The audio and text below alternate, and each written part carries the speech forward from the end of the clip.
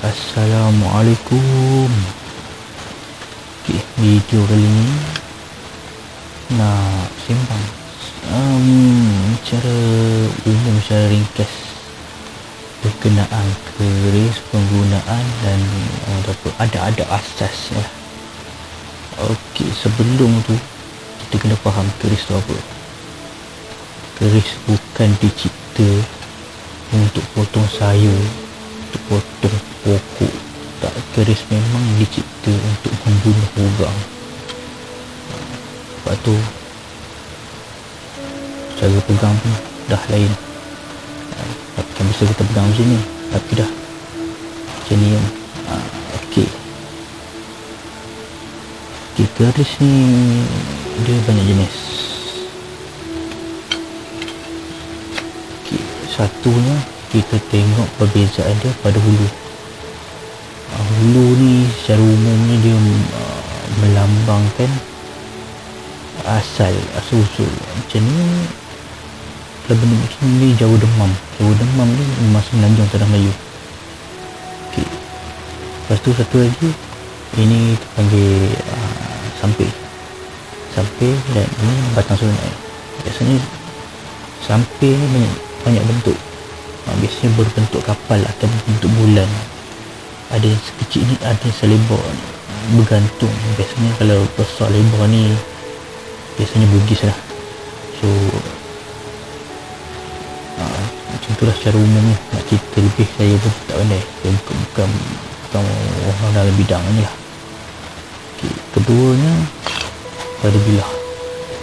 Bilah ni ada yang lurus, ada yang berlekuk-lekuk. Yang lekuk-lekuk ni kita panggil luk. Biasanya keris lurus ataupun keris lurus itu boleh dipanggil juga sebagai keris luk satu ataupun anak lang. Macam ni, ini keris selik dia. Seluk dia ni yang melekuk ke dalam. So 1, 2, 3, 4, 5. So yang ini keris 5 luk.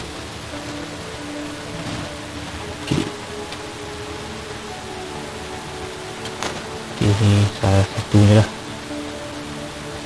Biasanya keris orang Melayu memang cara pegang dia macam ni. Memang cara pegang dia macam ni. Keris Jawa lagi, sebabnya keris Melayu diselit di pinggang, di bahagian pinggang tepi atau depan. Keris Jawa di belakang. So bila di belakang, dia takkan pendek macam ni, dia akan panjang macam ni, panjang lah. Dan hulu ni pun memang hulu di sebelah Jawa, sebelah Indonesia. Cara pegang dia sebiji macam pedang. Cara pegang macam tu, pegang macam kita pegang pisau.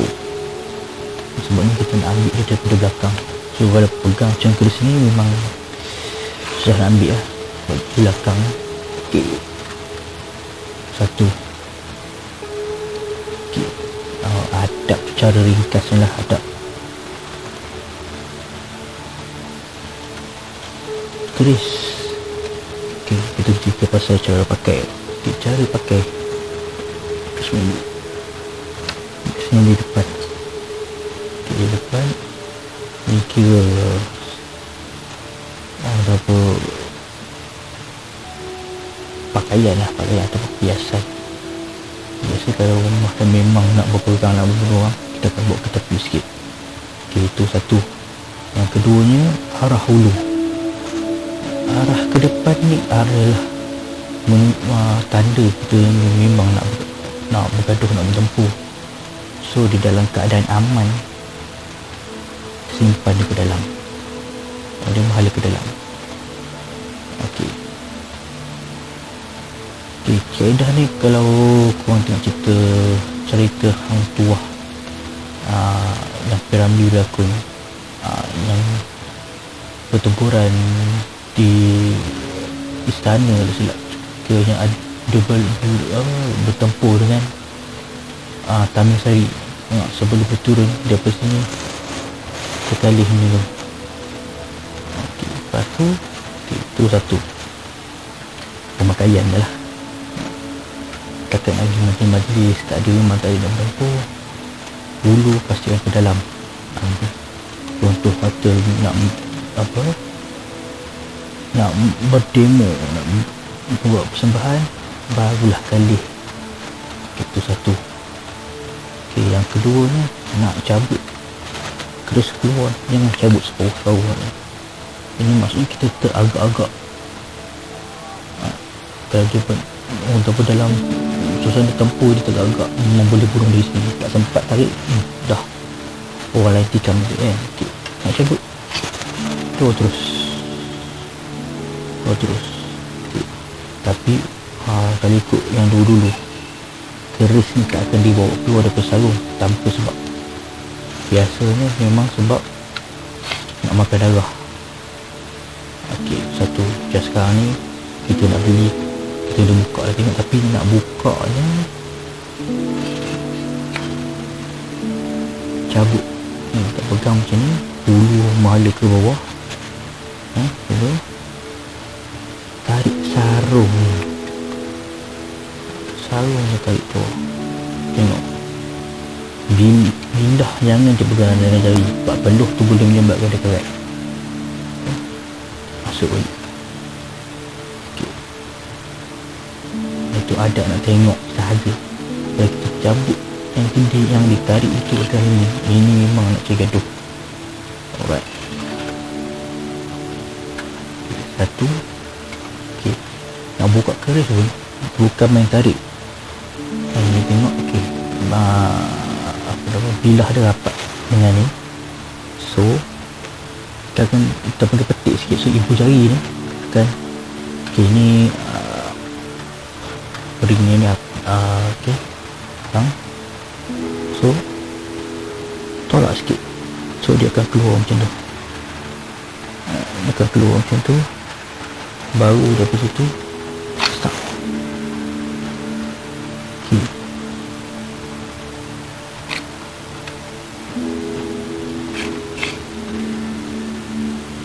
Okay, keris ni kalau di dalam persilatan keris silat Melayu ke-29 ada falsafah dah, keris tak dicabut. So bila keris tak dicabut, maksudnya bukan kita dari sini cabut, itu keris dicabut.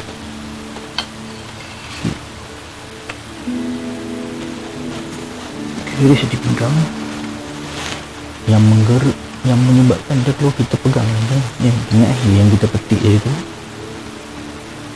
kali pinggang, bawa keluar, memang tak tersangkut. So ini kalau korang tengok cerita Rurouni Kenshin kan, pedang samurai dia masuk balik. Keris pun memang ada kaedah tu. Kita akan pegang samping ni, petik tali, bukan tali ni, kita istilah silat dia dipanggil kilik. Kilik bagi dia ke belakang, dia keluar dan sak makan. Terus cari rusuk ke mana ke, memang bocor. Yang biasanya di hujung ni kalau dia tak bisa, biasa dulu bisa kelacingking ataupun bisa ular, memang kena kira sikit 3 saat memang go lah, tak ke mana, memang mati lah. Okay. Di bilah keris pun macam banyak lah nama-nama yang nampak dia simple tapi ada nama dia. Okay, yang kebiasaannya lah ni kita nampak belalai gajah, yang ini ekor cicak. Kalau kita tengok dari sini nampak mata cicak tu punya kita nampak ni kepala cicak, ni ekor. dan atas ni aring-aring ni tak silap. Itu satu. Dulu keris ni kalau ada pukul bersarung mesti akan mandi darah. Itu memang atau bagi adab ataupun cara orang Melayu dulu.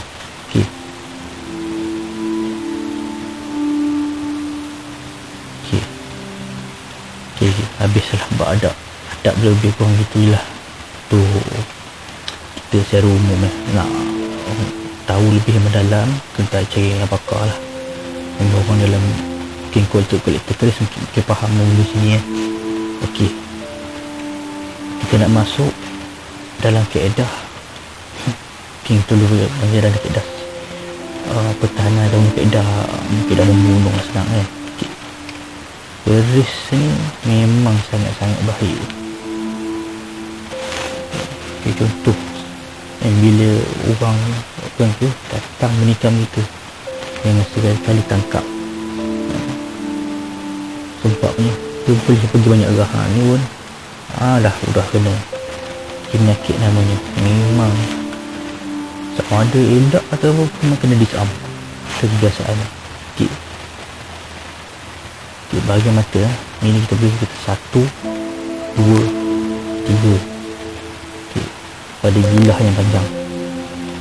Okey, di bahagian ekor cicak bukan saja-saja, ini pun memang habis contoh kan. Sama juga kalau jenis hulu macam ni, hulu macam ni ada tajam ni tu memang best. Ini memang boleh kita contoh kita datang tu kena dekat tangan dia tu macam keramik ini bagi pun boleh juga kita ketuk tangan dia tu dikam tumbuk ketuk dikam. Juga keris ni satu yang unik dalam alam Melayu boleh bikin ni. Satu, kenapa keris ni mata dia berkelekuk? Bukan saja-saja. Contoh, kita tikam masuk ke dalam perut, ke area perut. So bila area perut, dalam tu ada usus kan? Usus pintal tarik yang keluar sekali dengan usus. Betapa kejamnya. Okey, itu dalam kaedah pertempuran. Okey, satu lagi kesilapan kita sekarang ni. Bila bertempur ni campak, sepatutnya tak boleh, sebab ini boleh jadi perisai ataupun senjata tambahan. Contoh ni, kau tengkuk ni tikam, abang ketuk, ni bahagian ni, ini bahagian-bahagian vital ni. Memang sangat-sangat membantu.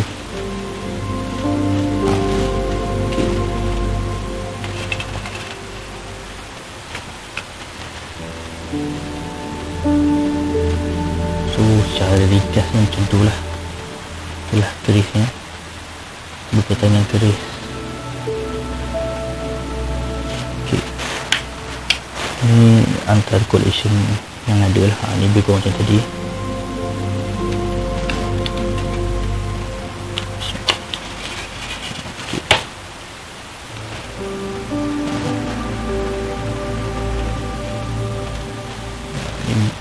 Sampai bentuk sampan.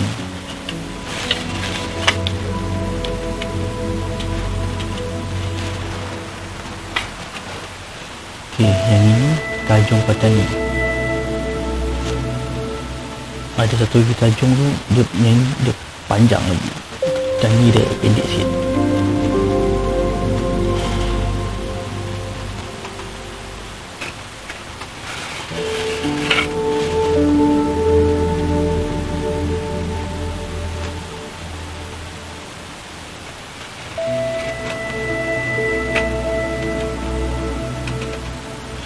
Itu keris dalam segi adab dan bertempur lah. Ada juga keris yang panjang, mata lurus. Itu untuk keris hukum. Orang Melayu dulu tak menggunakan hukum gantung ataupun pancung, lebih kepada lebih sepanjang tu dia akan daripada atas dia akan dikam di bahu dan lubang, terus menuju ke jantung dan tarik. Darah tak akan banyak mancut, dia akan tutup dengan kain. Tengok orang Melayu dulu walaupun lupa tapi masih lagi sopan, tak nampak kejam tapi secara hakikatnya kejam lah. Terus tak ada terseksa macam apa hukum gantung tu menyelesaikan lah. Okay, cara ringkasnya macam tu lah. So kalau ada apa-apa soal sebelum tu,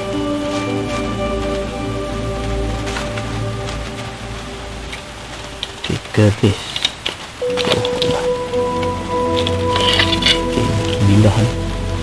bila dah kena darah mesti dicuci. Cuci bukan dengan air biasa, dengan air biasa memang rosak lah. Sebab besi keris ni bukan besi, dia besi berlapis-lapis, so memang rosak lah kerat dia. So biasanya dia akan dicuci dengan limau nipis, belah dua, cuci, buang apa sisa-sisa darah tu. Kemudian dah basah tak boleh simpan terus dalam ni, so kita akan keringkan. Keringkan tak boleh jemur ke panas, bila ada air, bila ikut proses sains dia akan berkarat lah. Cuci dengan air tak boleh, nak lap, kalau lapkan kain pun dia takkan kering habis sebab bilah kain ni ada rongga-rongga sebab dia mesti campur bukan mesti batang. Bila macam tu cara kering tu, itulah yang perasak tu, keminyan tu bukan kita nak panggil jin apa, keminyan kan wangi. Keminyan juga kena tahu banyak jenis, banyak jenis. Ada yang murah memang bau dia agak busuk sikit, so ada satu tu yang jenis dia hitam dekat, dia agak keras tapi bau dia wangi.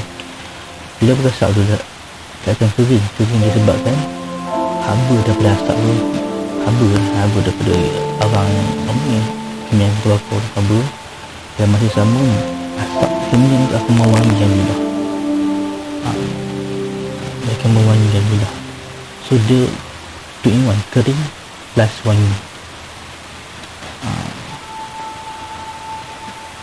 Sebab dia tak, bila keris ni basah memang tak boleh nak jemur memang kena kerat.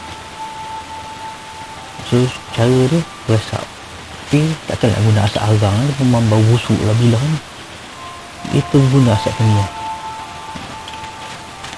Sebab keminyan ni kita akan sembang dalam video lain lah. Ini benda spesifik sikit, kita akan masuk sikit sebab hukum bakar keminyan apa semua. Sebab orang kan ramai tak tahu tu. Dulu benda tu tak ada masalah pun. Setakat tu je. Ada apa-apa soalan, boleh DM ataupun komen je lah kat bawah video ni. Bye.